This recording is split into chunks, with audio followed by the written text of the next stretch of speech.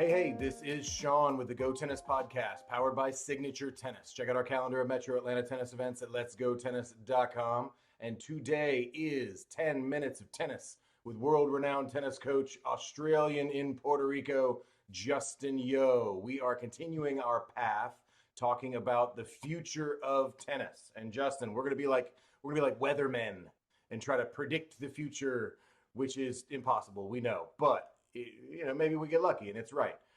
But we're looking at trends. We're looking at what's coming next. Today, we want to look at the Rome final. So we're going to look at this past Sunday's final between Sinner and Alcaraz. So if I just say the generic question, I want to see where you start with this. So Justin, what does the Rome final tell us about the future of tennis? Short term, welcome to Carlos Alcaraz. The man held his composure. He stuck to a game plan. He didn't get too creative. He used the shots when he was supposed to play. He played a picture perfect game. And I think Sinner got a big shakeup because the interesting thought was that how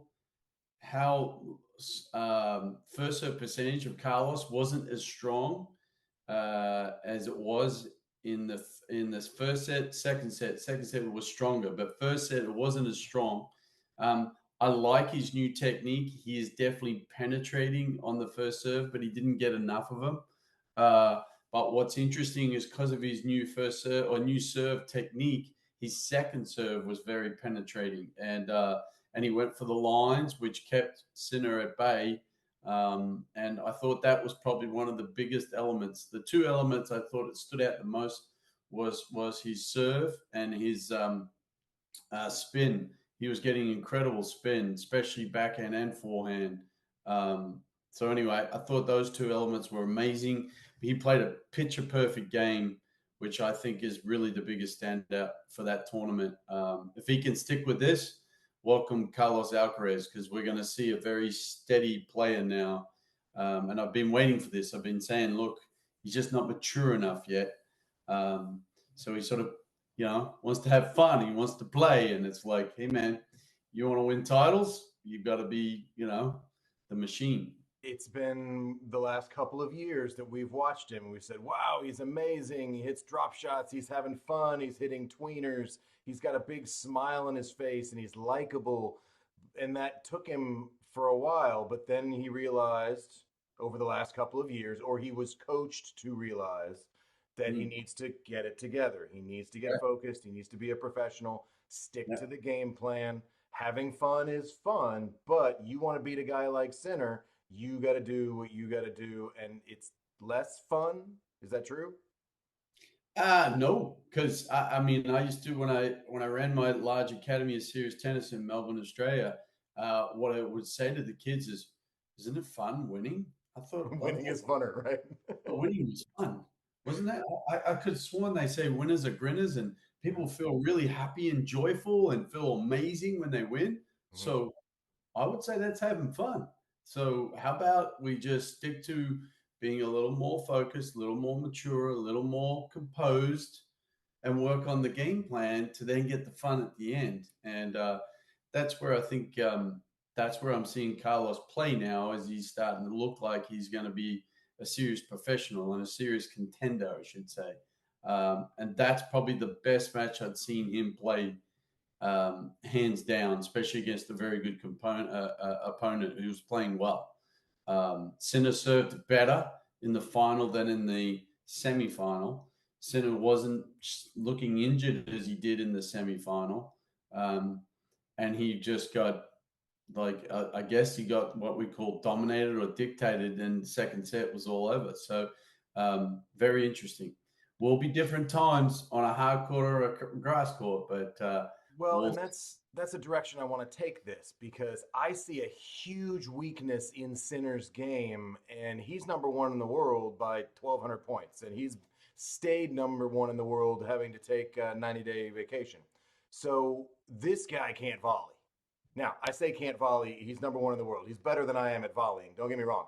The guy's a good volleyer, but he doesn't slice. He's 95, 96%, if not 98% topspin.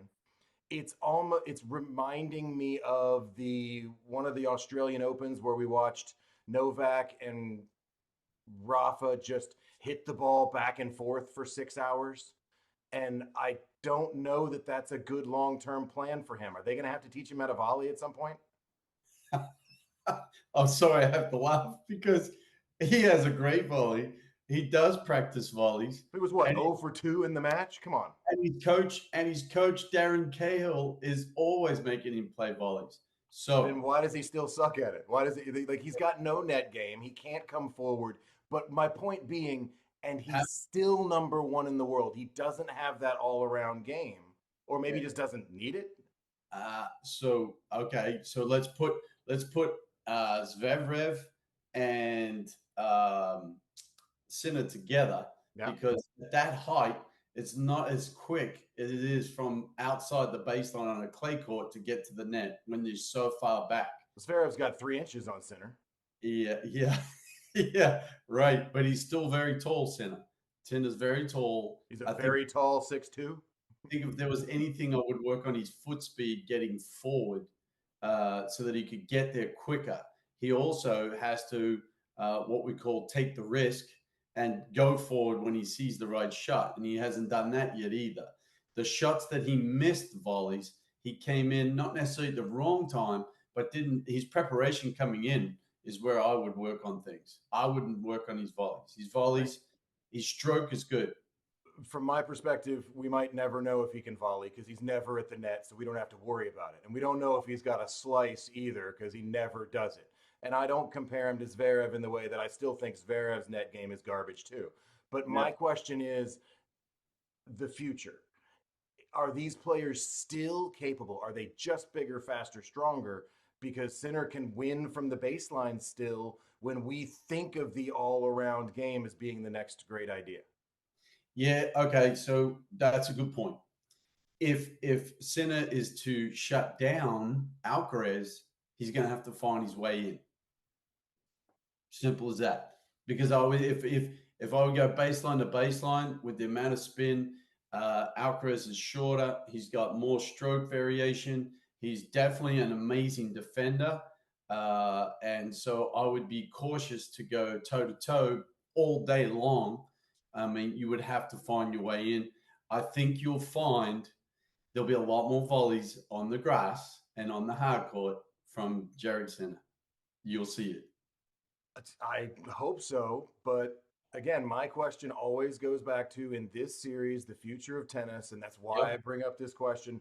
We still seem to see the Leighton Hewitt style. I can just hang out back here and bang away, and there's nothing you can do about it. And Hewitt was even able to win a Wimbledon doing that. Yeah, yeah. Well, I mean, you can go all the way back to Mats Wilander. I mean, Mats Wilander was one of the first that would just stay on the baseline and never. Then you can go all the way back to Van Lendl. Van Lendl very rarely volleyed. You know, he volleyed on serve, but he very rarely came forward to volley, and he didn't serve volley.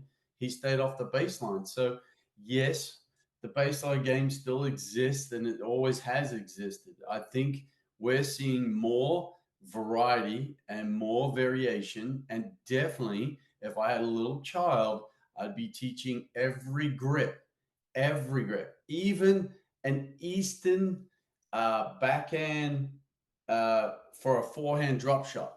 You know, because Sure. have a look at these guys that are on the run. Their grip is the complete other side of the racket to be able to get it over the net and hit, and the drop shot and the touch is just incredible. And that does not happen late in a career. That happens Great. from a very early age to be able to learn every side of the bevel and learning how to use the hands and use the racket face. So I've said that for many years. The game is all about your hands. It's actually more obvious now than ever. Aussies would like to think that, but Sinner would disagree. That guy's just banging away, and it seems to work, even though he's got an Aussie as a coach. So maybe that's the direction he's got to go. Oh, Next week, what I want to do is I want to talk about the upcoming Roland Garros French Open Yep. and bring in some of the external scenarios that players today have to deal with, like the mental fortitude of what you've got to do with everything going on around you, with the coaching, with the tweets, with the trolls, with the world around them, and the press conferences, and how everything is. Things are just different and tougher. Reminder of the conversation we had with Murphy Jensen. So next week, Yep. I want to follow up with that, but I will keep hammering this. If we're talking about the future of tennis, why is Sinner still winning? Just banging away at the baseline. That's going to be a theme of questions coming from me.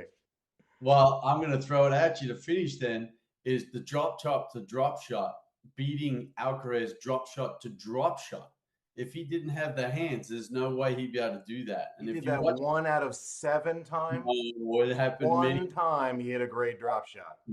throughout the tournament. It was amazing. But anyway, the future of tennis also, if I had a young kid, is starting to focus on data. It was amazing how many data points they were showing: velocity of spin, velocity of racket, velocity of ball pace, the depth, the change up.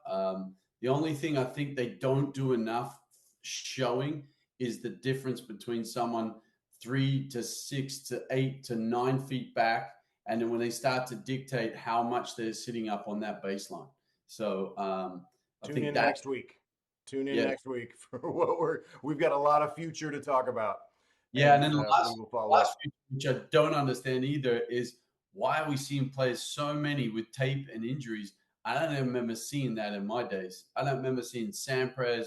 I don't remember seeing. I don't remember seeing so much tape and so many injuries. So that's an interesting one. All right. Tune in 3 weeks from now when we have that conversation. Justin, I appreciate it. This has been 10 Minutes of Tennis with Justin Yeo, Australian in Puerto Rico. Thank you, sir. We'll see you next week. Cheers, mate. See ya.